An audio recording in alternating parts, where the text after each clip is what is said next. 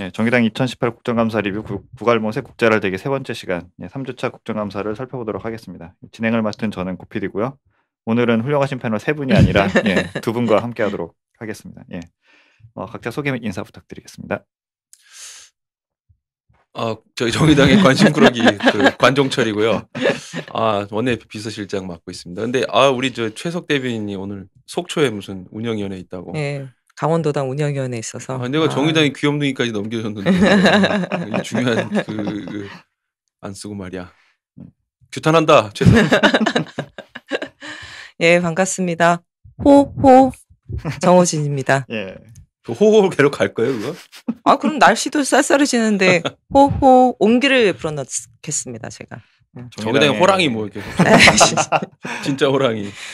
정의당의 호랑이 진짜. 호랑이. 정호진.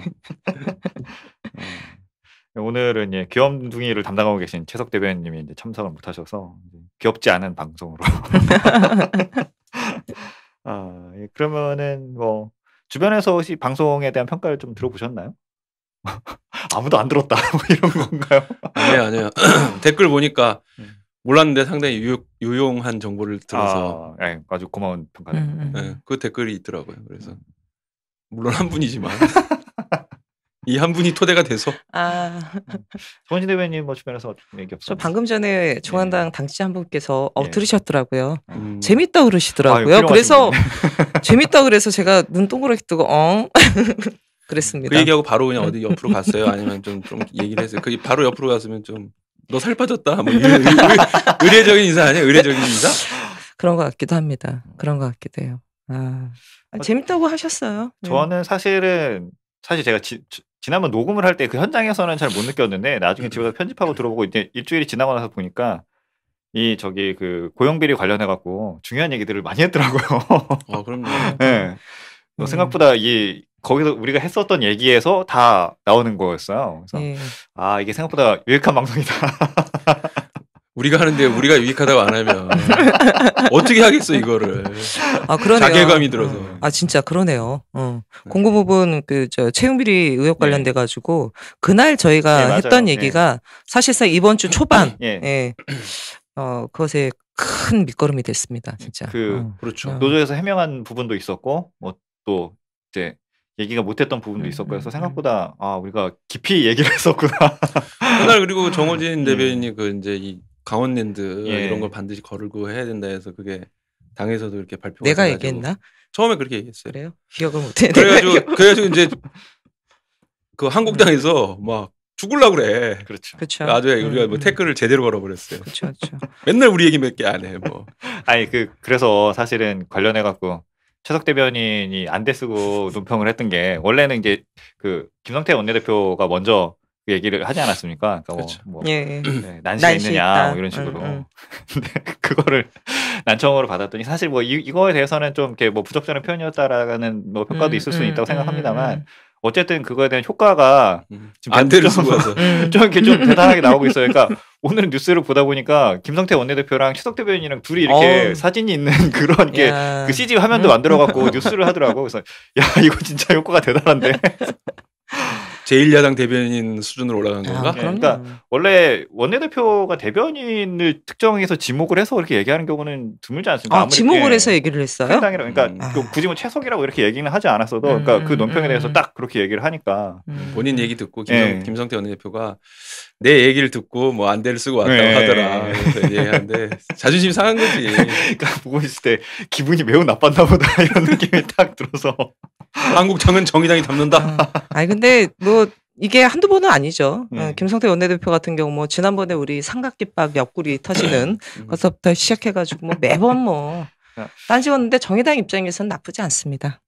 늘 맞받아 두출 이 자세와 모든 게 다 갖춰져 있는 정당이니까. 근데 김성태 원내대표 우리한테 애정 있나 봐.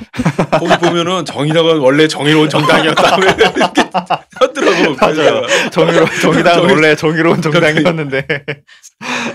그래서 갑자기 좀 미안해지고. 어쨌든 이 참 예상보다 그 되게 반응이 커서 재밌다는 생각이 많이 들었습니다. 아, 그러고 보니까 김성태 원내대표가 이제 임기가 얼마 안 남았어요. 그렇죠. 11월 달에 교체가 되기 때문에 뭐 막판에 뭐 파이팅 하는 거 아닌가 싶네요. 내년 2월에 당대표 나가려고 그런다는 얘기도 있고.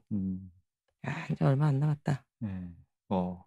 어쨌든 이 국감 이외에도 재미있는 일이 많은 주였기 때문에 오프닝 이렇게 하도록 하고, 그러면 첫 번째 순서로 이제 정의당 국감 들여다보기 시작해 보도록 하겠습니다. 뭐 각자 준비해 오신 거 있으면 말씀해 주시죠. 이번 주에 그 국감 뭐 했다 이렇게 그냥 주구장창 설명 안 해요? 얘기 안 하세요? 제가 다시 봤는데 의미가 없더라고요. 이게 그렇지. 복잡하기만 하고. 맞아요. 그래도 한번 쭉 얘기해주면 이렇게 많이 막 이렇게 굴러가는구나. 잘했어요. 물론 아주 잘했어요. 아주 잘했어요. 힘들어. 근데 숨 넘어가는 줄 알았어 지난번에. 제가 오늘 우리 배신자 최석 대변인이 이정미 대표를 하기로 했었는데 이제 사라지는 바람에 속초로 물회 먹으러 가는 바람에 제가 이제 이정미 우리 의원 이정미 대표 그걸 좀 봤습니다. 그래서 그 중에서 여러 가지 좋은 말씀 많이 하셨어요. 가습기 얘기도 하셨고 라돈 생리대 문제도 잡으셨는데 오늘 아침에 오전에 있었던 얘기 중에서 좀 우리 노동자들과 관련해서 좀 중요한 얘기가 있어서 말씀을 좀 드릴게요. 그러니까 탄력 근로제 문제와 관련해서 얘기를 좀 하셨는데 뭐 다 많은 분들 아시겠지만 탄력 근로라는 게 뭐냐면은 일주일에 지금 보통 주 40시간 근무. 근데 이제 12시간을 더 연장해서 주 52시간까지 근무할 수 있다. 근무시킬 수 있다. 이제 이렇게 돼 있지 않습니까? 근데 이 주 52시간 근무라는 것도 상당히 과로거든요. 근데 이거보다 더 12시간 더해서 좀 이렇게 어떤 회사가 일이 막 몰려있고 하면 12시간 추가해서 64시간까지 근무를 할 수 있게 뭐 이런 제도를 유연하게 해놨어요. 근데 이번에 법을 바꾸면서 그렇게 했는데 문제는 뭐냐면은 그러면은 계속 주 52시간, 주 64시간 늘려서 할 수 있잖아요. 그러면은 그건 안 된다. 해가지고 52시간으로 한 의미가 없어지는 거죠. 그렇죠. 주 52시간을 최대로 한 의미가 없어지는 거니까 그래서 어떻게 되냐면은 이거를 3개월. 그러니까 예를 들면 3개월 중에서 1개월 반을 주 64시간을 시켰다고 쳐봐요. 막 일이 많아가지고 그러면 나머지 1개월 반은 예를 들면 주 42시간 주 40시간 이내로 확 줄여서 합쳐보면 어쨌든 주 52시간이 나오게 이렇게 하자는 거예요. 근데 이것도 사실은 주 40시간을 지켰는데 좀 아직은 그게 우리나라 장시간 근로가 문제가 안 풀렸으니까 주 52시간까지 늘려놓고 평균을 어쨌든 주 52시간을 넘어가지 않게 하라는 건데 이걸 3개월 내에서 평균을 내서 항상 해야겠다는 거거든요. 그래서 이것도 문제가 있다 이렇게 많이 얘기하는데 문제는 지금 기업 측에서는 장시간 근로가 하도 관행이 돼 있다 보니까 이거를 그렇게 하면은 1개월 반만 많이 일하고 1개월 반은 해야 되니까 우리가 3개월 동안 열심히 일해야 될 때가 있다. 그러니까 그래서 이걸 6개월, 그러니까. 6개월로 늘려달라고 하는 게 기업 측의 요구고 이걸 정부에서 이게 정부는 거의 확실히 그 기업들 편인 게 그거를 6개월로 이제 해주겠다 이런 게 굉장히 강하게 되고 있는 거예요. 거의 모든 그 장관이나 이런 사람들이. 그래서 이정미 대표가 오늘 아침에 얘기한 건 뭐냐면 고용노동부 입장은 뭐냐. 그러니까는 그렇게 했을 경우에 좀 문제가 있을 수 있기 때문에 좀 그렇게 좀 문제가 생기지 않는 방향으로 잘 조정해서 검토하도록 하겠다. 이게 뭐냐면은 잘 조정해서 검토하겠다는 거 그냥 그렇게 하겠다는 거 아니에요? 그냥 이렇게 뭐 대세가 그런 것 같은데 좀 참 고민이 된다라거나 이런 입장이잖아요. 그래서 이정미 대표가 이제 이정미 의원이 굉장히 화가 나신 거예요. 아니 거의 모든 전 부처가 기업 측 입장을 반영해가지고 주 6개월로다가 연장해 놓으면 3개월을 갖다가 막 3, 4개월을 주 64시간으로 막 계속 근무시켜가지고 그 다음에 나머지 시간 좀 쉬어라 이렇게 해주면 3, 4개월을 그렇게 살고 어떻게 과로 문제가 풀릴 수가 있느냐. 그렇기 때문에 고용노동부는 가장 강력하게 정부 내에서 이건 그렇게 하면 안 된다라고 얘기해야 되는데 오늘도 그렇게 얘기 안 하는 거 아니냐 해가지고 막 원래 이정미 대표 화 잘 안 내시는데 오늘 좀 화를 많이 내시더라고요. 최저임금도 사실 그렇잖아요, 정부가. 최저임금 인상을 해놓고서 이래저래 논란이 많으니까 최근 들어서는 이제 지역별, 업종별로 차등화 얘기를 김동연 부총리는 하고 있고, 장하성 정책실장은 또 아니라고 하고 있고, 이게 계속 엇박자가 나오는데, 최저임금 문제, 주 52시간 문제, 문재인 정부가 사실은 대통령 후보 때부터도 얘기했던 부분이고, 그 고용노동부가 사실은 기업을 대변하는 쪽은 아니잖아요. 예. 그렇죠. 예, 노동자들을 대변하는 정보부처인데 정보부처가 적극적으로 나서서 방어하지는 못할 망정 거의 뭐 다른 경제부처 장관들이나 이런 사람들이 하는 얘기와 비슷하게 하는 거 이거 좀 문제가 있죠. 간판을 바꾸든가. 응? 그렇죠. 고용기업부로 아예 간판을 바꾸든가 이러면.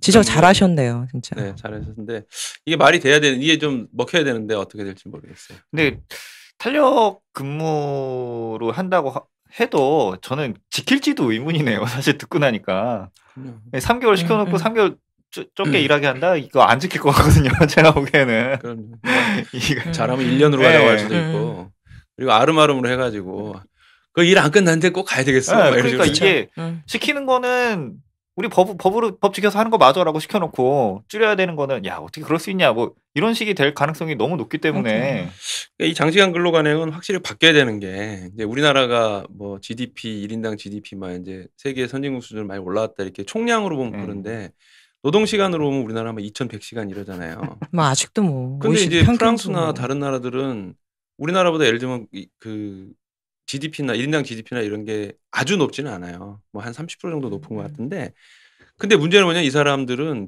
1년에 1,700시간 정도밖에 일을 안 하거든요. 그러니까 한마디로 얘기해서 단위 시간 동안 우리나라 노동자들보다 2배 가까운 GDP를 올리는 거예요. 그러면서 이제 이 사람들은 그 대신 나는 그렇게 너무 일하지 않겠다. 여유를 갖겠다 하니까 이게 이제 좀 GDP 갭이 좀 줄어들긴 하는데 그런 방향으로 가야지 우리는 뭐 그냥 주구장창 이렇게 계속 갈 수는 없다. 이렇게 생각합니다.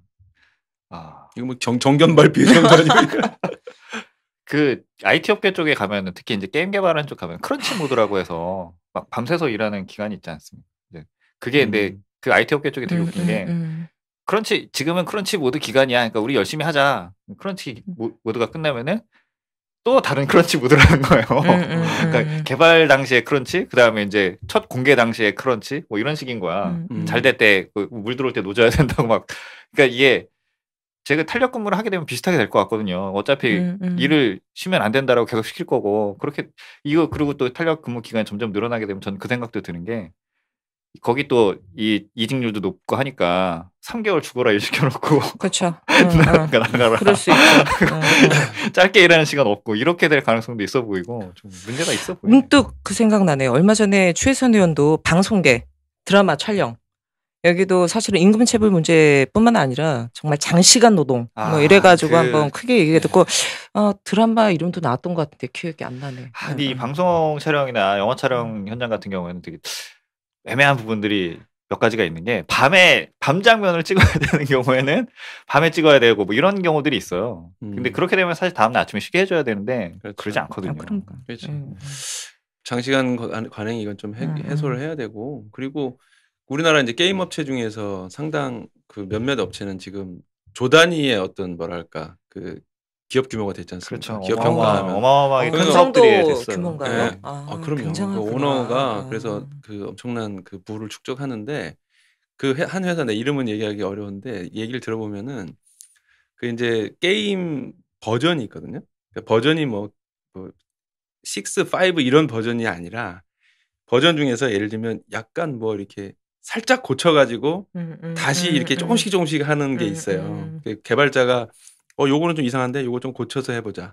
그래서 이렇게 해서 고쳐서 이렇게 조금씩 다시 이렇게 내는 게 있는데 약간의 업그레이드 정도만 하고 내놓는 거네요. 그게 이제 빌드라고 하거든요. 빌드. 그러니까 뭐 10월 23일 뭐 9시 59분 빌드 뭐 이런 게 있는데 거기 지금 굉장히 우리나라에서 탑을 달리는 그 게임 굉장히 유명한 게임인데 거기 보면은 예를 들면 10월 23일 새벽 3시 58분 빌드. 그게 근데 이제 버그 수정이나 이제 밸런스 패치 이런 것들을 다 그런 데 들어가는 건데. 근데 더 웃긴 거는 3시 59분 빌드잖아.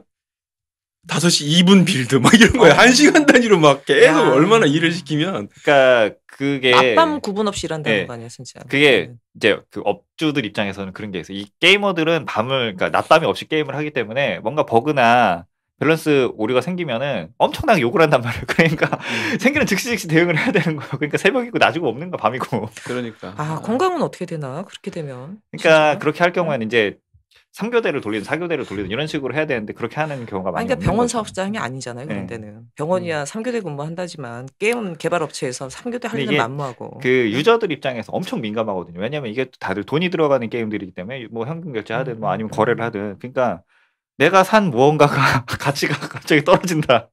이럴 경우에 뭐 엄청나게 화가 나기 때문에 밤이고 낮이고 없어요. 그러니까 그 저기 어디야 그 NC 소프트 같은 데는 앞에 셔터 내려놓고 있고 이런 게 깡패들 약방망이 들고 찾아가니까 그런 거거든요. 거기가. 아 그래요? 아 셔터 내리는 게 난 게임을 안 해가지고 잘 모르겠어. NC 소프트 같은 경우에는 예전에 리니지 한참 지금은 뭐 좀 그런데 예전에 리니지 1이 한참 그 막 시끌시끌 할 때는 조폭들이 많이 했었거든요. 거기 돈이 되니까. 그러니까 무슨 아이템 뭐 네, 하다가 거기 이제 뭔가 자기네들 사업에 지장이 되는 일이 생겼다. 그러면은 들고 찾아가는 거야. 그러니까 그런 게 있었구나. 요거 이제 넘어가야 될 것 같아. 요걸 오늘 1시간 특집할 것 같아. 네. 저는 최선 의원님인데 일단은 이번 주 국감전에 지난주에 말씀드렸던 그 메르세데스 벤츠 공식 딜러 더 클래스 효성이 23일 날 배경 대표가 공식 사과 입장을 밝혔습니다. 네, 최선 의원님 큰 뭐 성과인 것 같고요. 일단은 국정감사에서 제기된 내용 무겁게 받아들이겠다 얘기를 했고 그다음에 출고 전에 하자 수리했던 기록을 알리지 않고 새 차를 그대로 팔았었어요. 신차라 그래가지고 그 문제도 같이 제기를 했는데 이것과 관련돼서도 구매 고객 전체에게 관련 사실을 고지하고 사과하고 그리고 보상 조치도 진행했다 이렇게 좀 밝혔습니다. 그래서 최선 의원님의 승. 이런 거 보면 국감청 할만해요. 아니, 국정감사 내용 보면 좋은 거 많다니까요. 제가 오늘 말씀드리려고 하는 거는 아하 엠텍 사건이라고 하는데요. 어제 사실 언론에 많이 보도됐습니다. 롯데건설 관련된 하청 업체 갑질행포인데 이게 굉장히 악질적이더라고요. 이게 그냥 롯데건설이 그냥 갑질 정도가 아니라 하청의 하청을 또 회유해가지고 갑질을 또 휘두르게 하고 맞아요. 심지어는 공정위랑 같이 공모해가지고 그 아하 엠테크라는 중견 기업이었습니다. 이게 도산하게 돼요. 회사를 망하게 해버렸어요. 그러니까 원래 롯데건설한테 문제 제기한 1차 하청이 아하 엠텍인데 그러니까는 그 2차 엠텍이 2차 하청을 쑤셔가지고 거기에다가 로비를 해갖고 고발하게 해가지고 공정위 고발을 하게 되게 비슷한 하는. 그걸 갖고 고발을 하게 해갖고 너네도 한번 당해봐라 이렇게 하는 거예요. 간단하게 말씀드려서 2008년에 롯데건설로부터 아하 엠텍이 수주를 받아요. 그리고 건설 현장에서 진행하는 과정에 계약이 변경돼가지고 한 15억 정도의 돈을 더 받아야 되는 상황이 돼요. 근데 공사가 끝났는데도 불구하고 차입힐 돈을 미루다가 돈 달라고 계속 하니까 안 주고 있어서 공정위에다가 신고를 하게 돼요. 근데 롯데건설이 아하 엠테크의 하청업체를 회유를 해요. 그래서 그 하청업체가 아하 엠테크에서 돈을 못 받았다. 이런 식으로 해서 공정위에다가 또 신고를 하게 되고 뭐 이런 과정이 막 벌어져요. 근데 여기서 더 기가 막힌 거는 후방 침투를 했구나. 그렇죠. 공정위가 조사를 하게 되고 공정위 조사 보고서에는 공사 대금을 줘야 된다. 이미 받은 거 일부 말고 88억 원을 주고 롯데건설에게 과징금을 물어요.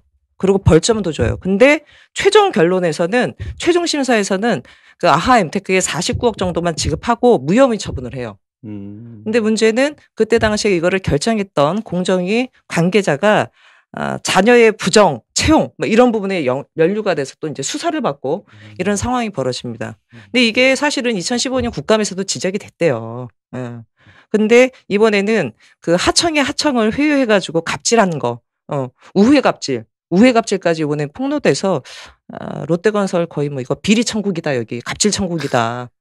매섭게 어제 그 롯데건설 사장 국감 증인으로 출석했는데 강하게 어제 뭐 호되게 꾸짖었고 그다음에 공정거래위원회에서는 이 사건 다시 재심하겠다. 그래서 다시 조사해가지고 관련돼가지고 뭐 징계 등의 절차를 밟겠다 이렇게 좀 밝혔습니다. 한번 잘못한 건 끝까지 추적해가지고 엄벌해야 다음에 안 해. 참 근데 방법이 참 치졸하다는 생각이 그렇죠. 많이 들죠. 야비하죠. 이거는. 아니 그거 똑똑한 사람들이 그런 거 같다. 그러니까. 들어가가지고 그렇게 할 거 아니야? 그 애들이 공부해가지고. 나름 롯데건설에서 근무하시는 분들도 좀 많이 배웠을 거고 막 그랬을 텐데 들어와가지고는 하청을 어떻게 회의해가지고 다시 공정위에다 신고하고 이런 찌질한 일을 하고 있으니 진짜 당사자들도 민망할 겁니다 이건. 최혜선 의원이 잘 밝히셨네. 네. 칭찬해 최혜선. 저는 그러면 윤서 의원 우리 국자랄 처음에 할 때 예. 제가 그 체외 의료 진단 기기 예. 체외 진단 기기 말씀드린 거 기억나세요? 예. 그러니까 이제 의료 기기가 그 조심해야 되잖아요. 그러니까 어쨌든 사람의 생명과 건강을 다루는 거니까. 근데 체외 진단 의료 기기는 상대적으로 이제 체외에서 하는 거니까 좀 약간 규제를 좀 덜 뒀는데 그래도 규제를 뒀었던 게 신기술 의료 평가라고 해가지고 그걸 평가를 해서 이거 좀 안 맞는다 하면은 그거를 이제 걸러내는 작업이 있었어요. 근데 이제 체외 진단 의료 기기 중에서 이제 암 진단하는 뭐 이런 게 있었거든요. 근데 이 암 진단을 체외 의료 그 기기를 하려면 제대로 해야 되는 게 당연한데 왜냐하면 암이 아닌데 암이라고 하거나 암인데 암이 아니라고 하면은 이 사람은 그냥 잘못하면 큰일 날 수 있잖아요. 그래서 그 체외 진단 의료 기기를 신기술 평가해 보니까 어떤 제품이 10% 정도의 오진이 나오는 거예요. 그러니까 암이 아닌 사람인데 암이다 이렇게 나온 거예요. 그러니까 이 사람은 그 순간 막 인생이 막 무너지는 거야. 근데 이제 그러면은 자기가 체외 진단으로 한 거니까 정밀 검사를 받아야 될 거 아니에요. 그러면 이제 가서 정밀 검사 받아야 되고 그러니까 거기 돈은 돈대로 들고 의료음료 나가는 거고 돈은 돈대로 들고 가슴은 철렁 내려앉고 그거에 오진율을 올려놓으면 검사를 받는 이 비용을 많이 벌 수 있겠네요. 그렇게까지 인간이 쓰레기라고 생각하면 안 되고 그래서 근데 이제 그렇게 해서 이제 탈락한 게 있어요. 근데 이제 윤서 의원이 문제제기한 건 뭐냐면은 앞으로는 체외 진단 기기는 이렇게 처음에 신기술 의료 평가에서 10% 오진이 나니까 잘랐었는데 이거를 체외 진단 기기는 아예 신기술 의료 평가를 안 받게 하겠다는 방향으로 가고 있거든요. 아, 지금 정부에서요? 네, 정부에서 규제하는 방향이 그건데. 근데 이제 문제는 그때 제가 처음에 지적했던 건 뭐냐면 그러면 앞으로 새로 들어오는 의료기기가 그냥 이런 평가 안 받고 들어와 가지고 막 쓰고 있는데 나중에 이제 오진이 많이 나면은 걸러내는 그게 또 있지만은 그런 문제도 있지만 이 윤서 의원 지적은 이미 1차적으로 이거 잘못됐다고 지적받은 애들이 이제 열렸어 길이. 그래서 거기 이름 바꾸고 우리 거 다시 써라. 살짝 이렇게 해가지고 막 뿌리는 거야. 이거 개발했는데 거구나. 오진 따위 뭐 그냥 개나 줘버리라고 그래 이러면서 이렇게 할 수 있는 거 아니냐. 이거를 이대로 이렇게 규제하는 게 말이 되느냐. 아, 이게 지금 규제요법 통과된 거와 연관되는 건가요? 그렇게 되면? 그렇죠. 그런 방향. 이거 진짜 문제. 이거야말로 사전 허용하고 사후에 문제 생기면 제재하겠다는 거 아니에요? 그렇죠. 그래서 그러니까 방금 이제 암 진단 기기 그 10% 오진 나는 거는 그 이제 대표적인 사례고 그런 것만 있는 게 아닐 거 아니에요. 요즘 막 의료기기 쏟아지고 있는데. 아니 그러면은 애초에 이게 신뢰성이 없는 물건들이 막 쏟아져 나오는 거 아니에요? 그러니까 신뢰도가 매우 낮은 물건, 그러니까 매우 낮다고 하긴 그렇지만 어쨌든 신뢰도가 낮은 물건들이 나오는 거잖아요. 근데 이제 1차적으로 방어막이 있었던 거죠. 기존에는. 근데 이제는 그게 없어진다는. 네, 그런 거를 이제 체외 진단 기기라고 해서 당장 뭐 이렇게 막 들어가서 하는 건 아니니까 이런 식으로 풀어준다는. 그럼 이거를 소비자들이 알아서 그냥 해야 된다는 거야. 그 어느 회사 제품 거 안 맞으니까 쓰지 마. 뭐. 나 그거 암 아니었어.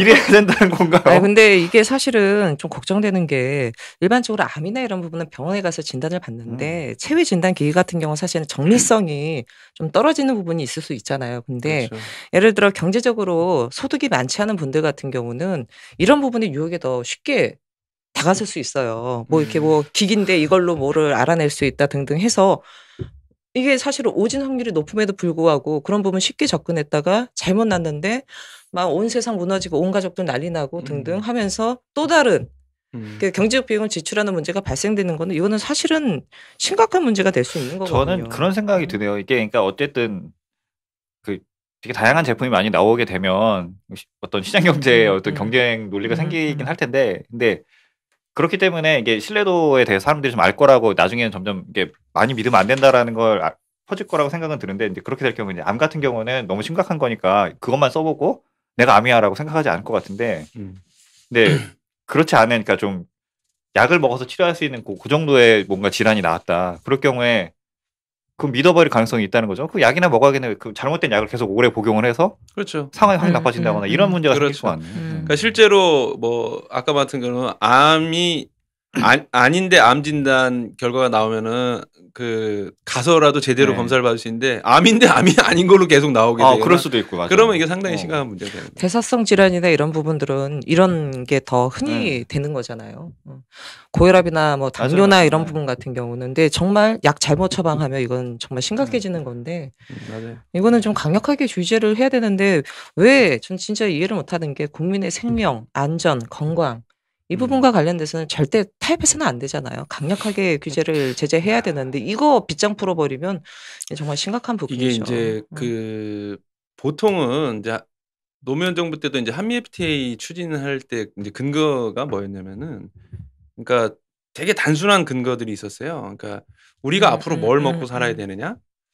근데 산업을 3차로 나눠보자면 1차 산업은 농업인데 농업으로 먹고 살기는 어렵다.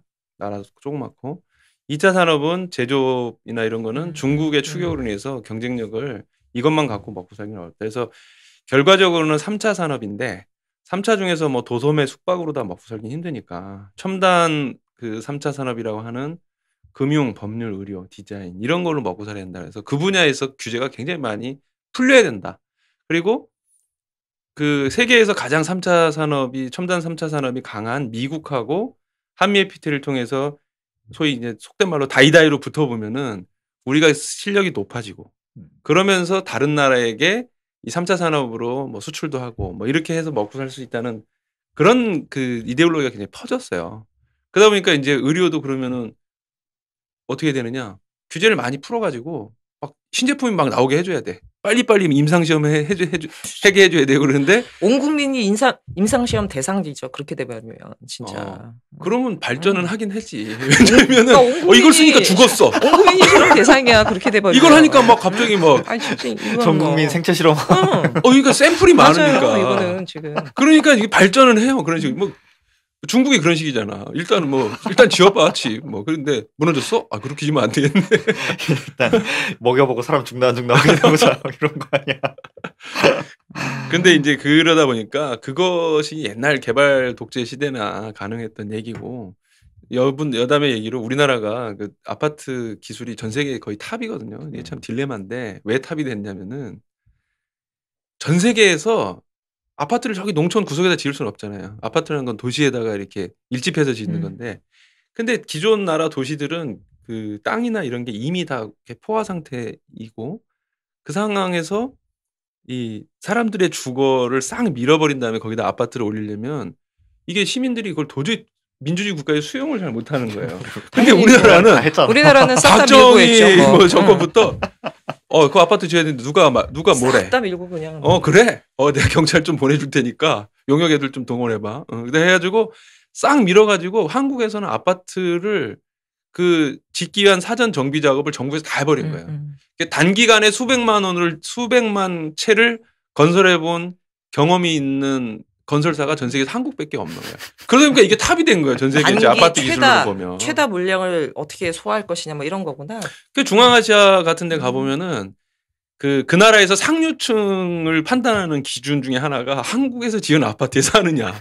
이게 굉장히 중요한 기준이 된다 그래요. 다큐멘터리에 나오더라고.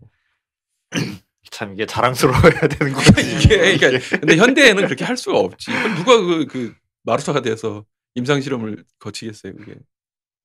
네. 예. 체외 진단기 얘기했다가 뭐 별거 아파트까지 가는 거죠. 뭐 또 다음 소식 그러면 또 전해주시죠. 네. 저는 심상정 의원 그 국정감사 22일 날 한국은행 감사했던 거 말씀드리려고 하는데요. 근데 그날 마침 그 전날 기사가 나온 게 하나 있습니다. 박근혜 정부에서 한국은행 금리 인하를 압박했다. 특히나 조선일보에 기사 청탁까지 한 정황이 드러났다. 이런 보도가 좀 있었는데요. 20일 날 심상정 의원이 한국은행 국정감사에서 이제 이주열 총재한테 가장 크게 지금 부동산 폭등을 불러일으킨 데 있어서 한국은행이 불쏘시개 역할을 했다. 그렇기 때문에 지금 부채주도 성장을 이끌었다. 이렇게 좀 강력하게 좀 비판을 했습니다. 몇 가지 정황을 얘기를 하세요. 2014년 특히 7월 달에 최경환 경제부총리가 취임을 했는데 6일 있다가 바로 이주열 총재랑 둘이 만납니다. 이미 언론에 기사가 보도가 된 건데 만나서 둘이서 했던 얘기가 뭐냐면 당시 뭐 재정 등 경제정책이랑 통화정책 조화 이뤄내자. 같이 힘 모아 나가자. 그러고 나서 8월 달에 기준금리가 그때부터 인하가 계속 시작이 되는 거죠. 2.5에서 2.25로 인하가 되면서 4차례 걸쳐서 인하가 됐고 결국에는 2015년 6월에는 1.5까지 떨어지게 됐죠. 그러고 나서 한국은행 같은 경우가 시중에 돈을 막 풉니다. 뭐 여러 가지 뭐 국제적인 관계 이유 등 있게 좀 막 풀어요. 그래서 한국은행에서 돈을 푸는 본원 통화도 이제 증가됩니다. 그러면서 이제 최경환 부총리 같은 경우는 저 LTI, DTI 규제를 완화를 그때 같은 시기에 같이 전개를 하면서 소위 뭐 이미 다 알고 계시는 빚내서 집사라 이 박근혜 정부의 정책이 막 펼쳐지게 되죠. 결국 이 지금 부동산 이 집값 폭등의 원인이 지금 당장이 아니라 박근혜 정부 때부터 시작됐고 그 시작은 최경환 기획재정 장관 경제부총리와 함께 이주열 총재 또한도 과잉 유동성 문제 저금리 정책으로 해서 부동산 폭등의 불쏘시개 했다. 그리고 예를 들어 정부가 시중의 통화량을 경제 뭐 생산이나 이런 부분에 투자하기보다는 그냥 시중에 풀면서 이런 문제가 발생됐기 때문에 이 부분에 대해서 한국은행 또한도 책임을 면하기 어렵다. 이런 부분들에 대해서 이제 강력하게 좀 지적을 했었습니다. 이게 금리 문제가 이제 부동산을 잡는데 그 금리를 올려서 잡아야 된다 이런 얘기가 좀 많이 있는데 그 저는 약간 좀 견해가 약간 다르긴 해요. 뭐 심 의원께서는 이제 그 지적하셨고 물론 그 중에서 그 정부가 막 인위적으로 뭐 부동산 경기를 부양시켜야 되니까 금리 낮춰가지고 집 사라 이렇게 하는 거는 문제가 있을 수 있는데 현재 와서 이제 그런 금리를 올려가지고 시중에 돈이 이제 좀 흡수하고 돈이 좀 덜 돌게 해가지고 부동산을 잡을 수 있겠죠. 당연히 조금은 잡을 수 있는데 문제는 그거는 부동산에 영향을 미치지만 금리라고 하는 거는 전체 그렇죠. 국민들한테 영향을 미치잖아요. 부동산만 해당되는 부분은 아니죠.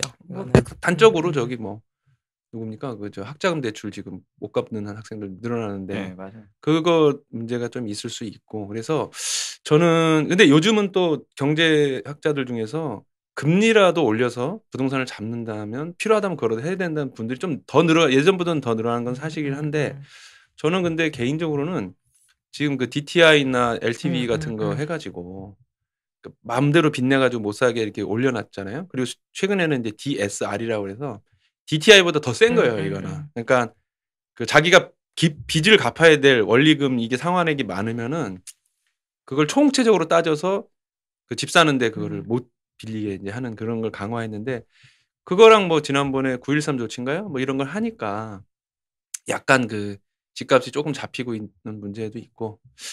그리고 뭐 우리 들어오기 전에도 잠깐 얘기했지만 지금 부동산 폭등과 관련돼서 전국적으로 모든 집값이 오른 게 아니죠. 예. 그렇죠. 서울 수도권을 중심으로 했고 상대적으로 지방 같은 경우는 네, 그 반대 현상이 또 벌어지고 있는 부분이 있죠. 그래서 예를 들어서 금리를 인상한다고 했을 때 일정 정도 서울 수도권에 부동산 폭등이 저는 근본적인 해결 처방 절대로 안 된다고 보고요. 일정 정도 영향은 미치겠지만 반대로 부동산이 도리어 떨어지고 있는 지역 같은 경우는 지역 경제 가게에도 영향을 또 크게 미칠 수 있는 부분이 관련해서도 있죠. 그래서 이제 서울의 공급을 늘리는 게 옳은 해결책이냐에 대한 얘기도 있더라고요. 그러니까 서울의 공급을 계속 늘리면 지방은 그러니까 사람 숫자는 어차피 한정이 돼 있는 거니까 서울의 공급 계속 늘리면 서울로 사람들 계속 몰릴 거고 그럼 지방 부동산은 계속 무너지는 거라고 그런 얘기도 합니다. 근데 저는 이제 심상정 의원 말씀하셨던 부분 중에서 어찌됐건 간에 박근혜 정부 당시에 한국은행 그다음에 기재부의 이 커넥션 자체에 대해서는 사실 분명히 좀 지적한 부분은 잘하셨다고 보고 특히나 자산 양극화, 소득 양극화뿐만 아니라 부동산 폭등이나 등등 때문에 자산 양극화가 굉장히 심화됐던 부분 속에서는 한국은행에 대한 이 책임 소재를 묻는 부분은 반드시 좀 필요한 것 같아요. 근데 한 가지 제가 이걸 보면서 궁금했던 게 이주열 한국은행 총재가 박근혜 정부 때 이제 선임됐는데 롱런 하고 계세요. 롱런. 맞아요. 그래서 이게 롱런 하고 있는 비결이 뭔가, 이 비법이 뭔가 이 양반 이게 사실 좀 궁금해지더라고요. 전화해서 한번 물어봐요. 저는 사실 그날 그 기재 국감 때는 재밌는 게 뭐였냐면 이제 자유한국당 의원들은 그 지금 현 정부가 김동연 경제부총리나 뭐 이낙연 총리나 나와갖고서는 한국은행을 계속 압박하고 있다. 그러니까 한국은행에 이래라 저래라 자꾸 뭐 이렇게 정부에서 압력을 넣는다 뭐 이런 식으로 얘기를 하고 이제 민주당 쪽 의원들은 아니 안종범 수첩에도 써 있다고 그 한국은행 어떻게 하라고 니네가 했지 우리가 했냐 약간 이런 대결이 있었어요. 그래서 그게 되게 임명돼서 그런가? 그러니까 누가 지금 한국은행에게 그 어떤 정치적 압박과 지시를 하고 있는가? 한국은행은 이제 독립성을 지키고 있는가? 이 문제에 대해서 너네가 그랬다 이 얘기를 하고 있더라고요. 근데 이건 뭐 여담이긴 한데 제가 국감 이거를 라이브는 보지 못했어요. 근데 이 이주열 총재 한국은행 국감 보셨던 어떤 제 지인이 말씀해 주시는데 굉장히 자기가 보기에는 굉장히 정치적으로 능수능란했다. 네, 알겠습니다. 네, 의견 받아들이겠습니다. 검토하겠습니다. 그러니까 반박을 하거나 이런 게 없이 그냥 모든 걸 수용하겠다는 자세로 창의정승이요? 네, 그러고 쭉 갔대요. 그래서 이제 그분 말은 그거지. 아니 대한민국 한국은행 총재 정도면 대한민국 경제 전반에 대해서 누구보다도 잘할 텐데 국회의원들이 경제 부분 하나하나 지적하는 거야. 예, 맞는 말씀입니다. 네, 알겠습니다. 그러고 넘어간 거 자체가 이 사람은 처신을 굉장히 잘한 사람 아니냐. 처신에 능한 사람 같다. 뭐 이런 얘기를 하더라고요. 한국은행으로서의 역할은 없다. 이런 거가 아닌가 싶어요. 그러니까 제가 볼 때 그 사람은 그러니까 시키는 대로 하는 사람인 거고 그냥 한국은행의 이제 목표가 이제 물가 안정이 핵심 목표인데 거기가 이제 한 2,500명 정도 되는 사람들이 있다고 해요. 그래서 이제 결정하는 게 금융통화위원회의 주축이 이제 한국은행인데 거기서 물가 안정이라는 하나의 목표만을 가지고 너무 많은 사람들이 들어가 있는 거 아니냐. 물론 통계도 많이 내고 하지만 그래서 최근에는 그것을 좀 넘어서는 또 다른 그 목표나 이런 것들에서 좀 의지를 가지고 그 의식을 가지고 거시경제 안정이라든가 뭐 이런 부분들에 대해서 역할을 해야 되는 거 아니냐 하는데 잘 모르니까. 이게 때 이제 어떤 한국은행이 어떤 한국은행 자체로서의 어떤 목적 의식을 갖게 되면은 그게 또 어떤 성향 문제라든지 어떤 그런 문제에 또 시달리게 될까봐 저는 그것도 나중에 또 말 나올 수 있겠다는 생각도 들더라고요. 그래요. 그렇게 되면은 이제 어떤 사람이 한국은행의 수장을 맡느냐에 따라서 이제 좀 정책 방향이 바뀔 수도 있으니까. 뭘 하든 말 나와요. 여하튼 롱런을 하고 있다. 대단하다. 결론은 그겁니다. 네. 이제 우리의 김종대 이제 우리 참 김종대 의원께서는 이번 주에 장인어른이 돌아가셔가지고 뒷부분은 이제 국정감사에 참여할 수가 없었고 이렇게 상과 조의를 표하면서 시작하겠습니다. 김종대 의원이 이번 주에 얘기했던 것의 핵심은 지난번에 한번 소개시켜드렸던 국방부가 도대체 이 군대 유지 계획을 어떻게 갖고 있느냐 이 부분이거든요. 근데 이제 여전히 국방부는 50만 명 정도를 유지하겠다. 근데 앞으로 그래서 연도별로 얼마를 하고 그게 총 몇 명으로 다 해야 되고 그 20세 이상 남성 20세 입대 대상인 남성 수가 어떤데 그거를 그중에 어떻게 하고 이런 건 구체적인 계획은 하나도 안 내놓고 있어요. 유일하게 이제 내세운 게 2030년대 중반까지 상비 병력 50만 명 유지에 큰 문제 없다. 라고만 밝히고 2000 몇 년까지요? 2030년. 네, 2030년대 중반까지. 문제 없다만 나와. 문제 없다만 이렇게 하고 있고 그래서 왜 문제 없냐는 건 얘기 안 하는데 그래서 김종대 의원이 그럼 내가 유추할 수밖에 없다. 그래서 결과적으로 뭐냐? 앞으로 만 20세 되는 남성이 전원 입대하는 것을 계획을 하고 있다. 이거예요. 그래서 야 정말 그렇게 되면 이렇게 얘기했습니다. 20세 남성 100%가 입대하면은 2030년에 국방부의 계획은 차질 없이 그렇게 될 수도 있다. 근데 수급 전망치는 100% 입대가 절대 안 되고 현역 판정률이 어느 정도가 되느냐를 이제 기준으로 봐야 되는데 그러면 현역 판정률을 엄청나게 높이겠다는 얘기인데 이 현역 판정률이 높아질 때 일어났던 대표적인 사건 두 가지를 얘기하면서 얘기를 합니다. 그게 뭐냐면 2013년도에 현역 판정률이 엄청나게 높아져가지고 91%를 찍었어요. 거의 최고치거든요. 2000 몇 년도? 13년. 2013년에 현역 판정률이 자원 중에서 91%를 찍었어요. 그리고 2014년에 결국 사건이 아주 나라를 떠들썩하게 한 사건이 두 개가 생기는데 하나가 윤일병 사건이고 하나가 이제 임병장 사건이에요. 윤일병은 폭행을 견디다 못해 한 달 동안 폭행 당하다가 신병 들어와서 견디다 못해 이제 자살을 한 사건. 그러니까 참으면 윤일병, 안 참으면 그렇죠. 참으면 윤일병, 안 참으면 임병장. 이런 얘기가 돌았을 정도로. 그 임병장은 또 병장인데 병장이면 높잖아요. 다른 것보다 높잖아요. 근데 자기가 이제 왕따를 당했다고 생각을 한 모양이에요. 그러니까 뭐 권력 관계에서 자기가 눌렸다기보다는 정신적으로 이제 굉장히 문제가 있었던 상황인 거죠. 자존심 상한 뭐 그런. 네, 그런데 이런 친구가 이제 총을 난사해서 5명이 죽고 그 7명이 부상당하고 막 수류탄 터트리고 최후에 이제 자살하려고 그랬는데 그때 이제 잡아가지고 결과적으로 사형 선고가 된 그런 엄청난 사건입니다. 그러니까 91%의 2013년 그 현역 판정률 그리고 1년 후에 결과적으로는 그 이렇게 큰 사건들이 벌어지기 때문에 만약에 이런 상태로 가면 그때 이제 김종대 의원은 70% 정도 되는 게 사실상 맞다. 그리고 80%를 지금 넘겨가고 있는데 이러면 관심병사가 될 만한 어떤 지금 그 상태에 있는 그 젊은이들이 군대 가면 딱 한 명이라도 부대에 그런 사람이 있으면 온 부대가 그 친구 관리하는데 정말 매달려야 된다는 거예요. 그러면 2013년 91%인데 평균이 한 어느 정도인가요? 지금은 82% 정도 82%? 되는 거예요. 좀 줄었어요. 그러니까 이제 당시 군대에서 이게 계속 줄어드니까 자기들이 군대 유지하려는 목표치는 안 떨어뜨리려고 하니까 계속 이걸 올리는 거죠. 계속 올리다 보니까 결국 이런 사건이 예전에 많았을 때는 인구가 많았을 때 한 70% 정도? 인구가 많았을 때는 제가 볼 때는 그거보다 더 적었을 것 같아. 71년생 뭐 때는, 이런 때는 우리과 후배 맞아.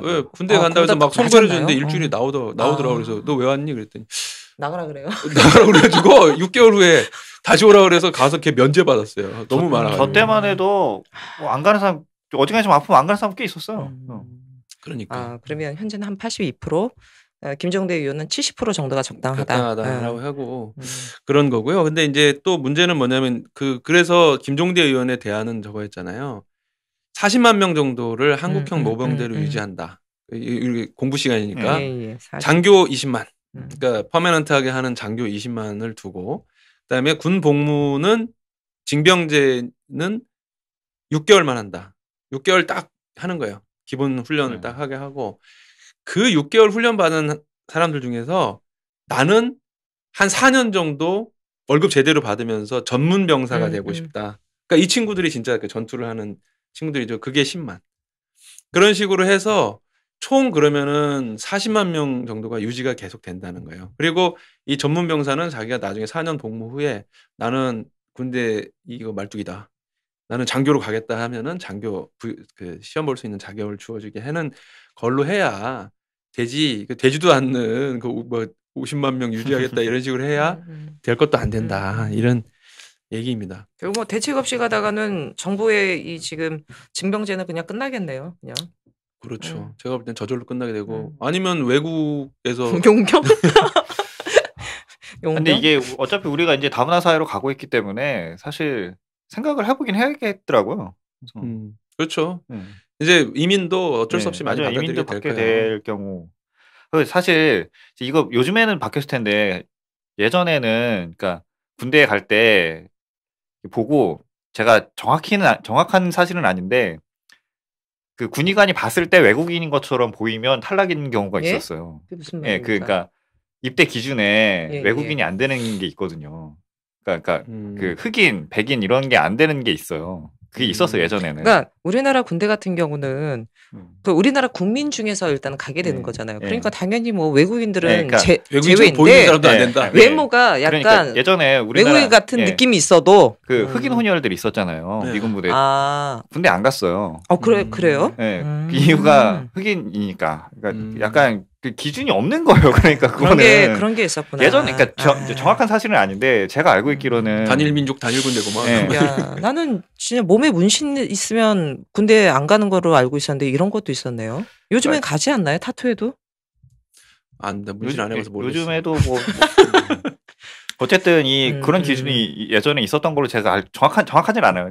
알고 있었는데 그렇기 때문에 제가 되게 한 10년 전쯤에 제가 생각을 했었던 건데 그때 걱정했던 게 그러면은 그 시점에서 조금만 넘어가기 시작하면은 이제 다문화 가정이 엄청 다문화 가정의 아이들이 성인이 되는 그 시점들이 이제 1세대라고 볼 수 있는 오게 되는데 걔네들이 그럼 어떻게 되는 건가? 걔네들은 그러면은 만약에 걔네들이 공무원 시험 보고 할 때 뭐 가산점 문제 같은 거는 어떻게 되는 거며 뭐 사회 진출했을 때 병역 문제에 대해서 사람들이 물어볼 경우 어떻게 할 것인가? 그러니까 그 문제는 진짜 고민을 해봐야 되는 게 지난번에도 잠깐 얘기했지만 영등포에 있는 D 초등학교가 그 다문화 학생들이 기존에 있었던 내국인 학생들보다 더 많아요. 역전된 학교가 있어요. 맞아요. 대동이라고 축구로 유명한 학교인데 실제로 근데 다문화 가정의 아이들은 우리나라 국적으로 돼 있거든요. 근데 우리 고PD가 말씀하셨던 그 부분 과거에 예를 들어 제가 고향이 군부대가 정말 많은 데인데 말씀하신 거로 떠올려 봤을 때 약간 혼혈 우리나라 혼혈분들이 군인이었던 걸 한 번도 본 적이 없는 것 같아요. 저도. 그러니까 지금은 뭔가 다르긴 할 텐데 지금은 아마 갈 거예요. 지금은 아마 갈 텐데 안 그럴 거가 없으니까.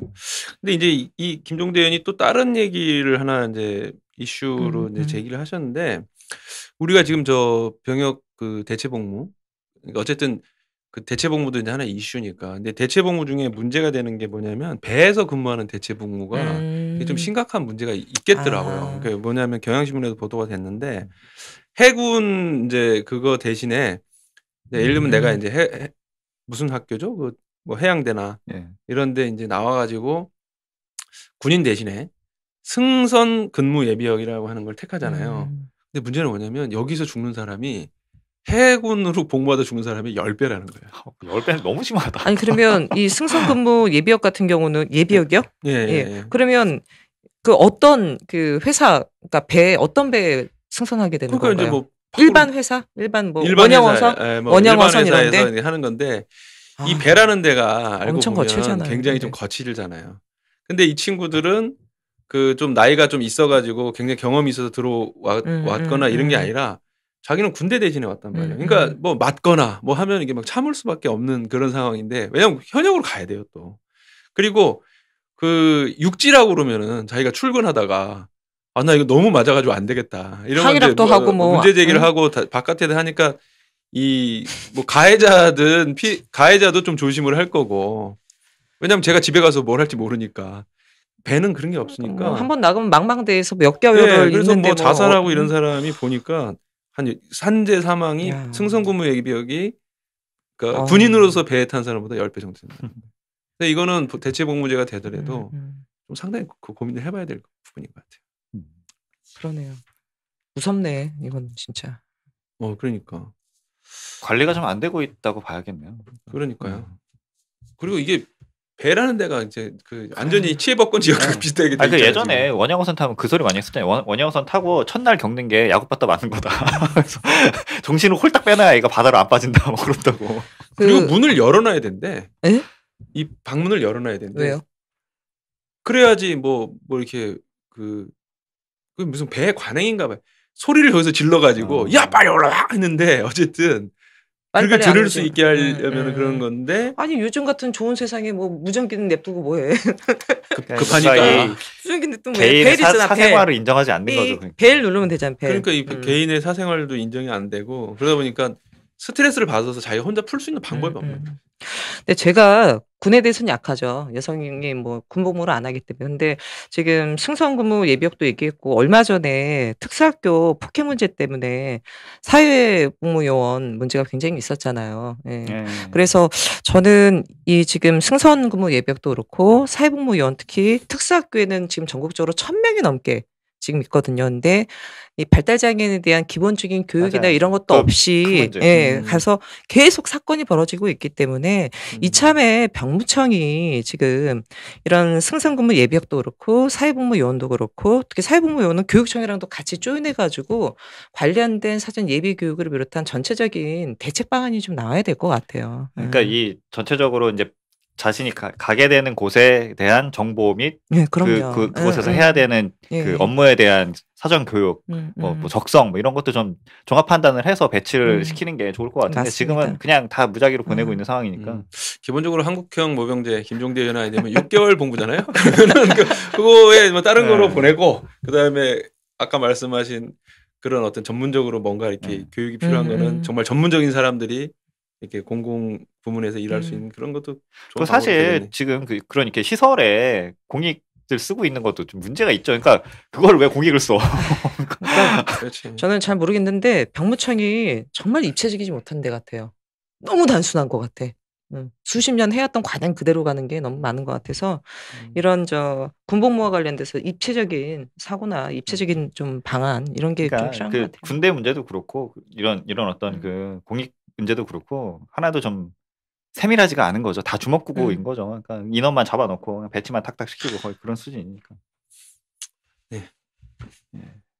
그러면은 뭐 사실 이번 주 정의당 국감도 국감이지만 사실 이번 주에는 꼭 얘기를 하고 넘어가야 되는 게 심상정 의원 정개특위 위원장이 있지 않습니까? 사실 이게 더 크기도 했었죠. 사실. 그렇죠. 좀 다 죽었어요 이제 심상정 의원이. 뭐 이거에 대해서도 딱 감상 한 마디씩만 해주시죠. 뭐 이게 그냥 넘어가기 너무 큰 일이라. 이게 정치개혁 특히 이게 선거법 개정이 굉장히 어려운 문제거든요. 왜냐하면은 정답은 사실 거의 이제 방향도 나와 있고 한국당이나 이런 데에서 정치개혁의 핵심은 이런 거다 이런 거 밝힌 것도 없어요. 그냥 연동형 비례대표제에 대해서 긍정적으로 검토할 수 있는데 그러려면은 뭐 도농복합제도라든가 뭐 이런 거 등등 이제 좀 복잡한 것도 섞어버리려고 물 밑으로 이제 흘리고 있긴 하지만은 그 결과적으로는 이제 이해관계로다가 다 조정이 될 텐데 그 이해관계를 뛰어넘어서 이게 정치개혁이다라고 하는 거를 우리 심상정 의원께서 폭풍 같은 또 그 드리블로다가 골을 넣어주시기 바라겠습니다. 정개특위 그 위원들 명단이 공개되고 우려하신 분들이 좀 많이 있었어요. 좀 뭐 쌈딱 분들이 좀 몇 분 계시더라고요. 그래서 야 이거 정개특위가 제대로 갈 수 있겠냐 그랬는데 우리 중앙당 당직자 소통방에서 한 분께서 있다 그러면서 위원장 딱 그러는데 맞다. 쌈 좀 나야 돼. 쌈이 좀 나야 사람들이 저기 왜 싸우는지를 그렇죠. 좀 이렇게 이슈도 그러니까 알고. 뭐 심상정 의원께서 뭐 무엇보다도 강단 있게 잘 하시리라 믿고 다만 의지와 무관하게 이게 워낙 이해관계가 복잡합니다. 같은 당에서도 이해관계가 다 틀려요. 서울이냐 어디 지방이냐에 따라 다 틀리고 의원 300명 개개인이 다 틀린 문제이기 때문에 이거를 어떻게 잘 모아갈 것인가의 부분인데 저는 전체가 다 똑같은 방향으로 갈 수는 없다고 보고요. 예전에 아마 그 얘기 한번 하신 것 같은데 전제에 일단은 다 동의가 돼야 될 것 같아요. 연동형. 그렇죠. 그다음에 뭐 의원수 줄이고 뭐 늘리냐 줄이냐 이거 전에 2대1 얘기를 한번 하신 적이 있어요. 지역구 2, 비례 1. 그러면 이 두 가지 전제를 놓고 합의가 되면 그 외의 부분은 저는 뭐 유연하게 할 수 있는 부분이라고 봅니다. 그래서 특히 본인께서 그 소위 말씀하셨잖아요. 진보 정당이 원내 들어와서 처음으로 위원장을 맡은 겁니다. 지금 18년 만에 처음으로 뭐 상임위 특위에서 위원장을 맡았는데요. 위원장을 맡으셨기 때문에 그걸 어떻게 성과로 발현시킬 것인지 누구보다도 잘 아시기 때문에 뭐 좋은 결과 매질이라 생각하고 무엇보다도 당에서도 우리 지역 당원들도 많이 좀 힘 모아야 될 것 같습니다. 다음 주 수요일인가요? 31일. 31일 맞습니다. 수요일인가요? 목요일인가요? 수요일이요. 네, 그 저녁에 국회 앞에서 연동형 비례대 촉구 문화제가 있으니까 다 나오셔가지고 문화를 즐겨주십시오. 저도 그 심상정 의원님이 이제 위원장이라고 쓰여 있는 그 거기에 딱 앉아 계신 걸 보고 참 감개무량하다는 느낌 들었었는데. 젊은 사람이 뭐 이렇게 감개무량해요? 저 젊지 않습니다. 외모는 뭐 최강 동안이지 정의당이. 참 그래 이게 참 오래 걸렸구나라는 생각도 들고. 여기까지 18년 걸렸어요. 생각하면 이게 짧은 건지 긴 건지를 잘 모르겠어요. 제가 이게 어떻게 생각하면 되게 긴 것 같기도 하고 어떻게 생각하면 뭐 온 것 같기도 하고. 저 궁금한 게 하나 있더라고요. 원내 행정실이 있으니까 두 분 다. 이게 정개특위 임기는 12월 31일까지로 알고 있어요. 올해. 근데 사실 지금 2달밖에 안 남았어요. 석 달을 날려버렸기 때문에. 그리고 내년에 2월인가요? 3월인가? 그러니까 그게 획정이 있는데 임기가 그러면 어떻게 자동 연장이 되는 건지. 연장 동의를 하는 그거를 정해야 돼요. 또 해야죠. 그거를 이제 위원회 안에서 투표를 해갖고 결정을 해야 되고. 정개특위 안에서. 정개특위 안에서 해야 되고. 그래서 일단 그거를 빨리 해야 되고 이걸 안 할 경우에 해를 넘기게 되면은 재구성을 하게 되어 있는데 재구성을 하면은 위원장을 새로 뽑아야 되는 일이 생길 수가 있어요. 그래서 위원장 새로 뽑게 되면 이 기간 동안 했던 성과는 그냥 다 물건품이 돼 버리는 거지 뭐. 그뿐만 아니라 심상정 의원이 위원장이 안 될 가능성도 있기 때문에 매우 위험한 상황이 오기 때문에 이제 연장 동의안 같은 거를 이제 발의해서. 그러면 이거는 정개특위만이 아니라 이번에 구성된 4개 특위를 비롯한 나머지 특위도 다 마찬가지겠네요. 그 동의안이 그러니까 전체 회의였나 위원회 회의였나 특위 활동 기한이 12월 31일로 정해져 있으면은 어쨌든 다시 본회의에서 맞아. 본회의에서 연장을 처리를 본회의에서 본회의군요. 연장은. 그렇죠. 그럼 뭐 사개특위도 마찬가지겠네 뭐. 그럴 겁니다. 그리고 이제 최석 대변인께서 이제 저한테 한마디 남기고 가신 게 있는데요. 이정미 대표님이 오늘 이제 일명 공직자 부모 백취업 방지법 이거 이제 그 입법 예고를 하셨는데 발의 예고를 하셨는데 근데 사실 이거 이전에도 고용 비리 방지를 위한 법안이 이제 있었어요. 그게 이제 거의 한 2년째 소위에 계류 중인 건데 이게 좀 완벽한 법은 아니더라도 이거를 이제 계속 수정 발의를 하고 있었거든요. 근데 이런 것들이 좀 빨리 통과가 되었다면은 뭐 다른 결과가 있지 않았을까 이런 생각 들면서 그래서 이 다음 총선 때 꼭 교섭단체를 만들어 달라. 핵심 내용이 공직자 자녀들은 어떤 일을 하고 있는지를 공개하는 고위공직자 그런 거죠. 그 공정 채용법이었나? 그 지난 재작년에 발의하셨던 법 같은 경우도 그 고위공직자 뭐 친인척, 자녀 뭐 등등 그런 부분에 제한이 있었어요. 근데 그 법 같은 경우가 사실은 관련 비슷한 내용의 법이 환노위 통과돼서 법사위 그 올라갔는데 법사위에서 반대를 했던 가장 큰 거는 사진이에요, 사진. 지금 요즘엔 블라인드 채용이 유행이지만 이게 얼마 안 됐어요. 사실 작년 2월 달인데 사진을 빼자라고 했는데 사진 빼면 어떻게 그 사람이 어떤 사람인지 그러냐. 그러면서 사실은 자유한국당 의원들이 반대해가지고 아직도 뭐 계류 중인 거죠. 하겠네요. 그러니까 이런 경우에는 취업 대상자를 뭔가 조사를 한다기보다는 고위 공직자 자체를 먼저 좀 판단을 해야 되는 게 맞을 것 같은데요. 그렇게 데이터베이스 관리를 해야 될 것 같은데. 사진을 어떻게 관리한다는 거예요? 뺀다는 게. 그러니까 사진을 포함시키지 말자. 라는 거를 이제 법안에 담았는데 뺄 대상에 그러니까 채용 서류에 사진은 붙이게 하자. 아니 붙이지 말자. 그러니까, 그게 이제 우리 쪽 얘기. 그러니까 그 환노에서 통과된 건데 사진을 안 붙이면 어떡하냐. 어떻게 사람을 알아보냐. 뭐 이런 식의 그러니까 지금 블라인드 채용과는 정 반대되는 그런 논리를 가지고 자유한국당에서 반대했던 거죠. 히든 싱어도 있고 복면가왕도 하고 다 판정하는데. 아니 그리고 그렇잖아요. 사진 안 붙이는 게 맞아. 사진 붙이면 내가 어렸을 때 쟤 봤는데 해가지고 쟤 우리 회사에 누구누구 뭐 뭔지 그럴 수도 있어요. 그러니까 얼굴 보면 알 수 있잖아. 지금 정부에서도 이제 추천하고 있는 그 표준 이력서 같은데 보면은 다 안 쓰게 되어 있잖아요. 그게 맞는 거죠 방향. 그러니까 시대 뒤떨어진다니까 자유한국당 진짜. 뭐 어쨌든 최석 대변인이 그런 얘기를 해달라. 그러니까 선거법 개정이 반드시 필요하다. 선거법 개정에서 총선 때 교섭단체 꼭 만들어 달라. 뭐 이런 당부였습니다. 당부를 해. 무슨 시찰라서 지금 뭐 대통령이 뭐 업무 지시하고 하는 거. 그러면은 이제 두 번째 코너로 넘어가도록 하겠습니다. 시간이 많지 않아서 이제 빨리빨리 좀 끝내야 될 것 같은데 한 주간의 전체 국정감사를 둘러보겠습니다. 주간 국감 이슈 좀 짧게 해서 뭐 말씀 좀 해주시죠. 먼저 하실래요? 아니면 제가 할까요? 먼저 하시죠. 저는 교육위원회에서 지방국립대하고 지방국립대 병원을 이제 감사한 게 있는데 이게 국립대 병원 쪽에서 이제 좀 얘기가 많이 나온 건데 근데 보건복지위원회하고 좀 겹치긴 하는데 저도 몰랐던 사실이기도 한데 좀 소개를 좀 드리고 싶습니다. 지방국립대 병원이 사실은 각 지역의 그 거점 병원이잖아요. 굉장히 중요한 거점 병원인데 문제는 뭐냐면은 이렇게 답을 해요. 그 경북대병원의 병리과 전공의가 정원 6명인데 근무하는 레지던트는 한 명도 없다. 흉부외과는 8명인데 한 명만 진료하고 뭐 이런 식의 해서 그래서 이게 어떻게 된 거냐 이렇게 물어보니까 이 전공의들이 다 서울로 간다. 특히 서울 지역 빅5 서울대병원, 삼성, 현대아산 그다음에 세브란스, 그다음에 성모병원이거든요.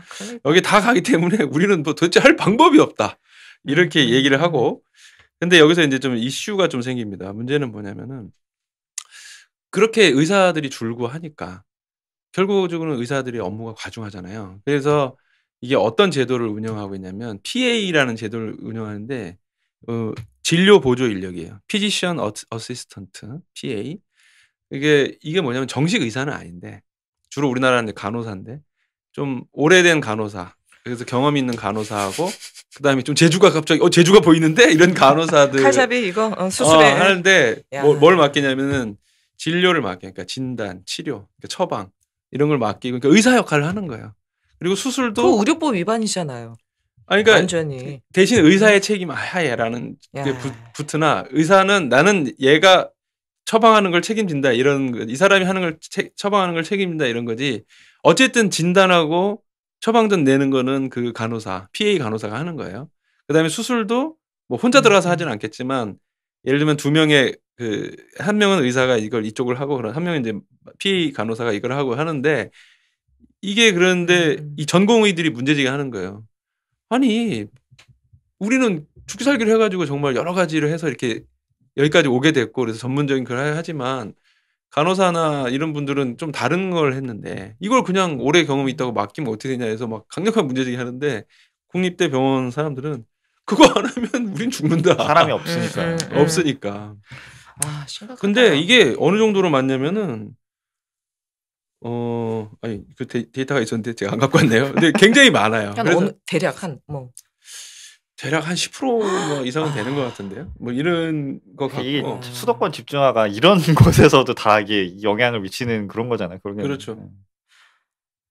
근데 저는 정말 이런 거는 좀 아닌 것 같아요. 뭔가 인위적인 할당이나 이런 부분을 해서라도 그래야 되지 않나요? 그래서 대책은 뭐냐 그래서 전공의들한테 그럼 당신들 대책은 뭐냐? 인센티브를 주거나. 그러면 그 전체적으로 의사를 더 뽑아라. 뭐 이런 거래요. 근데 의사를 더 뽑아라고 하는 게 또 그러면 의사 전체 집단의 이익하고 보면은 아니 지금 우리나라 의료보험의 수가도 낮아가지고 내가 또 돈도 못 벌고 있고 난 개원하면 망한다는 얘기가 막 파다한데 대한의사협회에서 또 반대하는 또 의사 정원을 또 늘리는 것도 반대하거든요. 그러니까는 이 막 딜레마 중에 완전 딜레마가 돼 있고 게다가 여기에다가 지방과 서울의 의사 수급 불균형.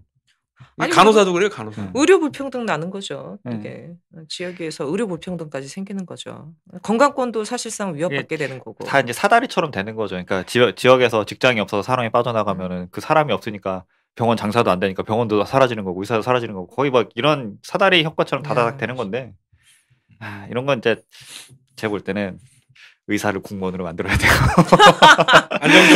안정적으로. 근데 우리나라 그 의사 급여가 굉장히 높거든요. 또 의사 급여가 굉장히 높아서 이게 또 조정이 되지 않는 한에 있어서는 또 너무 말리기 늘리기도 어려워. 대한의사협회에서 뛰쳐올 겁니다. 의사를 다 공무원으로 만들어갖고 머리띠 딱 두르고 너 여기로 가. 너 여기로 가. 공무원 퇴직해버려 그냥. 그래서 그때 제가 말했잖아요. 균형 발전 문제가 해결이 안 되면 그래서 맞아. 수도 이전 강력하게 주장합니다. 수도 이전. 수도권 집중화 때문에 다 벌어지는 현상 아니에요. 결국에는.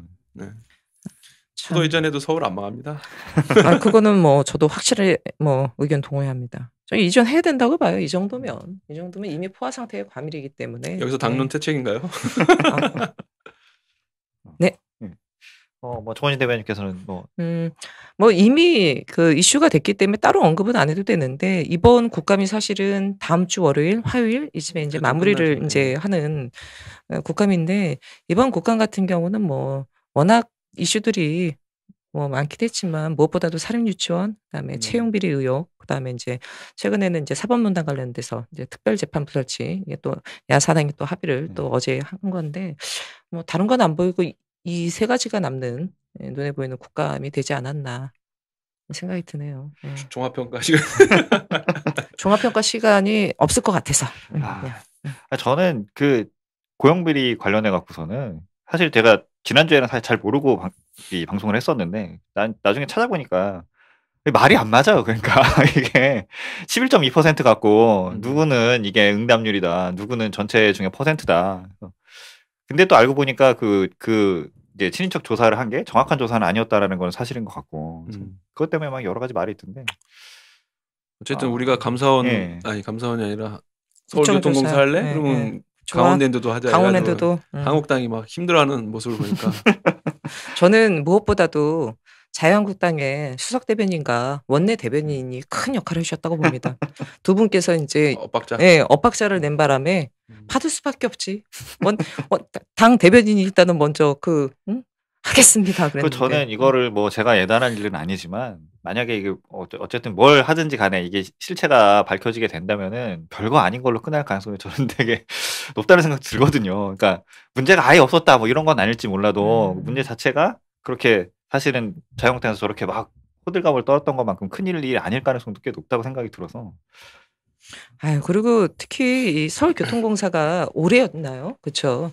그 서울 지하철이랑 그 도시철도공사가 합쳐진 거잖아요. 예, 합쳐지면서 제가 아시는 분, 제 지인분이 부부인데요. 한 분은 서울 지하철, 한 분은 도시철도였어요. 거의 해당된다니까 부부가족 여기. 그렇지. 그런 경우 꽤 있죠. 그러니까 이게 중요한 게 많아요. 친인척이 있다라는 거보다는 그 친인척이 그러니까 무슨 뭐 편법으로 들어왔느냐, 무슨 잘못된 과정을 통해 들어왔느냐, 사실 그게 중요한 건데 친인척이 있다만으로 자꾸 평가를 한다는 거는 좀 문제가 있는 것 같고요. 그렇습니다. 네, 뭐 사실 시간이 거의 다 됐는데 제가 짧게 아무도 관심을 갖지 않을 내가 그거 한다고 해서 내가 좀 뒤져봤어 뭔지. 뭐냐면 바른미래당 박선숙 의원이 22일 날 과방국감에서 이제 꺼낸 내용인데, 국가기관이나 공식 홈페이지에서도 아직 이제 HTTPS를 쓰고 있지 않다인 건데, 이제 인터넷을 쓰시는 분들은 이제 주소창을 보시면 다 알 거예요. 그 앞에 맨 앞에 HTTP라고 다 써 있잖아요. 네. HTTP 아니면 HTTPS라고 써 있는 건데, HTTP는 뭐냐면은 이제 서로 상호 간의 통신 규약 프로토콜인 건데, 그러니까 하이퍼텍스트. 그 되게 간단히 얘기를 하자면은 내가 한국어로 얘기할게라고 이렇게 편지 그 위에다 쓴 거예요. 우편 엽서. 쉽게 말해서 모두가 다 볼 수 있는 우편 엽서. 근데 이제 HTTP 같은 경우에는 암호화가 되어 있지 않기 때문에 모두가 다 볼 수 있는 형태로 이렇게 던져주는 거고, HTTPS 같은 경우에는 그래도 봉투에는 넣어서 주는 거 정도 안 보이게, 이제 그 정도 차이가 있는 건데, 그래서 HTTPS를 쓴다고 해서 이제 보안이 완벽한 건 아니지만은 이제 국제 표준으로 HTTPS를 다 쓰고 있기 때문에 우리도 이제 거기에 맞춰서 가야 된다. 근데 아직까지 정부 기관이 하나도, 그러니까 그 과학기술정보통신부를 제외하고는 아직 한 군데도 안 되고 있다. 뭐 이런 거였어요. 그래서 왜 안 하는 거예요? 이게 그러니까 그 인지를 못 하고 있는 경우, 그러니까 이걸 바꿔야 된다라고, 그 경우가 이제 비용 문제 이런 건데. 비용은 사실 그렇게 문제가 아닐 거라고 생각을 하거든요. 근데 이제 당장에 HTTPS를 꼭 써야 돼라고 해서 그러니까 꼭 필요한가에 대한 인지가 안 되어 있는 경우, 그거랑 HTTPS를 썼을 경우에 이제 추가로 해야 되는 이제 보안 관련되어 있는 그 서비스들, 이런 것들 다 전체적으로 이제 선을 봐야 되니까. 저는 인지는 하고 있는데 안 하는 거 아닌가라는 생각도 들었어요. 그럴 수 있어요. 왜냐하면 제가 이거 저도 잘 모르니까 이제 하기 전에 잠깐 검색했더니 청와대 국민청원 게시판은 또 HTTPS라면서요. 이거는. 그러니까 이게 쓰고 있는데 몇 군데 있고 안 쓰고 있는데 몇 군데 있고 이래요. 그러니까 국민청원 게시판은 사실은 우리 청원하시는 국민들이 이러저러한 정보들이 있다 보니까 요거를 했는데 청와대는 또 아니라는 거예요. 청와대. 일반 기업들의 오픈 홈페이지도 HTTPS인가요? 거의 이제는 HTTPS를 쓰죠. 근데 재밌는 거는 그래서 제가 우리 원내 정당들의 홈페이지를 다 확인을 해봤는데 한 군데도 없다. 한 군데도 없습니다. 바른미래당도 지적을 했지만 자기네들도 HTTP를 쓰고 있어요. 그러니까 이게 그러니까 그런 건 있어요. 그러니까 홈페이지 자체에서 빼어갈 수 있는 정보가 그렇게 뭐 그게 없으면 사실 굳이 안 써도 된다고 하던데. 어쨌든 근데 전체 미국 같은 경우에 이제 HTTPS 올리 정책을 쓰고 있기 때문에 전반적으로 가고 있는 그런 게 있는데, 사실 우리나라 인터넷 환경 얘기를 하자면 이거보다 더 중요한 거는 그 이제 문재인 대통령 공약에도 있었듯이 액티브엑스 쓰지 말아야 된다, 그거였는데 아직도 그거 안 고쳐지고 있거든요. 그러니까 그런 부분도 이제 웹 표준을 지키는 사이트들이 거의 없다. 이런 문제들이 있어서 좀 빨리 좀 지적을 하고 바꿔왔으면 좋겠다는. 한마디로 크롬이 안 된다. 크롬이나 파이어폭스, 뭐 사파리 이런 거 접속해서 제대로 되는 경우가 뭐 거의 뭐 없어요. 그래서 저는 이제 이게 고피디님 뭐 좋은 거라고 생각하는 게 좋은 게, 우리 지금 지난번에 잠깐 얘기했지만 심재철 의원의 비인가 정보 유출 관련돼 가지고 논란이 굉장히 뜨거웠잖아요. 근데 사실 이런 부분서부터 제대로 안 되면 구멍 나는 거거든, 사실은. 그러니까 정부가 저는 이런 부분 같은 경우는 제기되자마자 즉각적으로 저는 바로바로 고치고 해야 된다고 봐요. 그리고 이 얘기를 왜 꺼냈냐 하면은 사실 정의당이 좀 앞장섰으면 좋겠다라고 하는 부분도 있거든요. 그래서 이게 그러니까 국제적인 웹 표준에 어떤 HTTPS 이런 것도 있지만은 그 웹 문서 표준도 있어요. 이게 뭐냐면 한글 우리나라에서만 쓰잖아요. 미국의 문서문을 다 한글 보면 큰일 나잖아요. 거기 한글 쓴 사람 없으니까. 그러니까 그래서 대부분의 국가가 이제 그 마이크로소프트 그 MS 거를 쓰든가 MS 워드를 쓰든가 아니면은, 근데 MS 워드는 기업에서 그 만드는 거기 때문에 한 기업 거를 다 쓴다는 건 문제가 될 수도 있다는 생각을 가진 사람들이 있어서 오픈 소스로 만들어 놓은 문서 워드 프로세서가 있어요. 그게 이제 리브레 오피스 같은 게 있는데 그런 것들이 이제 유럽에서는 어떤 좀 표준적으로 지금 자리를 잡아가고 있거든요. 그래서 그 오픈 소스이기 때문에 국적도 사실 없다고 봐도 돼요. 우리가 가져와서 개발하면 그만이기 때문에. 그래서 예전에 우리가 한글을 썼던 이유는 약간 민족주의적인 그런 게 있었죠. 그러니까 우리나라의 글과 우리나라의 말을 지켜야 된다. 우리나라 상품으로. 그래서 약간 한글을 지켰던 게 있는데 이제 지금 이제 리브레 오피스 같은 경우에는 오픈 소스니까 그런 면에서 좀 자유로울 수도 있고 어차피 우리 가져오면 우리 거거든요. 그래서 이런 부분에서 우리도 정의당에서 먼저 좀 표준적인 것들로 사용을 하는 방식으로 바꿔가는 건 어떨까라고 생각을 잠깐 해봤습니다. 하지만 들으셨죠? 보통은 근데 PDF로 많이 하지 않아요? 뭐 PDF도 많이 쓰긴 하는데 근데 PDF도 어쨌든 어도비에서 만드는 거기 때문에 예, PDF 편집은 어도비 것만 가능해요? 그러니까 문서를 PDF로 만들지는 않죠. 그러니까 만들어놓은 문서를 PDF로 변환을 하거나 약간 그런 방식이잖아요. 그러니까 변환 그거 이런 포맷이다라고만 공개해놨구나 어도비가. 그러니까 전반적으로 그냥 다 두루두루 쓸 수 있는 건 리브레오피스라는 게 이제 좀 표준으로 잡아가고 있다. 뭐 이런 얘기를 저도 들었어요. 그러니까 저도 써보진 않았어요. 근데 이게 사실 바뀌려면은 그런 게 필요하거든요. 왜냐면 우리는 정부랑도 일을 하고 하니까 한글을 안 쓸 수가 없단 말이에요. 정부 문서가 한글이기 때문에. 근데 그렇기 때문에 이제 한 번에 우리가 다 그렇게 쓸 수는 없지만 어쨌든 이런 것들이 자리 잡아가고 있다. 이런 것은 인지를 하고 이런 방향으로 좀 방향을 잡아가는 것도 뭐 괜찮지 않을까 해서 말씀드렸습니다. 네. 예. 그러면은 벌써 시간. 예, 방송은 여기까지 하기로 하고 이제 뭐 좀 짧게 하자고 했는데 더 길어졌어. 역시 우리가 말 많이 하는 사람들이구만. 이제 사실 다음 주면은 국감이 끝납니다. 다음 주 월요일면 끝나는데 그래서 이제 어떻게 할 것인가. 이후에 그래서 이 방송을 다음 방송 예고를 드릴 건데 저는 이제 유지를 할 겁니다. 유지를 할 거고 이제 국정 이슈 관련해서는 계속 이제 얘기들이 있으니까 이런 걸 얘기를 하면 될 것 같고 또 뭐 대변인님들이 출연을 하실 거면은 이제 브리핑에 대해서 이제 백브리핑 하는 식으로 이제 좀 깊이 들어갈 것들에 대해서는 그런 얘기를 하는 방식의 또 방송이 되면은 괜찮지 않을까 생각을 해서 대변인들 역할이 참 중요하다고 생각되네요. 또 어쨌든 원내 이러저러 활동가 이런 부분도 굉장히 중요하기 때문에 제가 보기에는 우리 고 PD님께서 우리 지난주에 채용비를 얘기했던 게 이렇게 어찌어찌 하다 보니까 이렇게 됐던 부분이 있어서 고무되신 거 아닌가?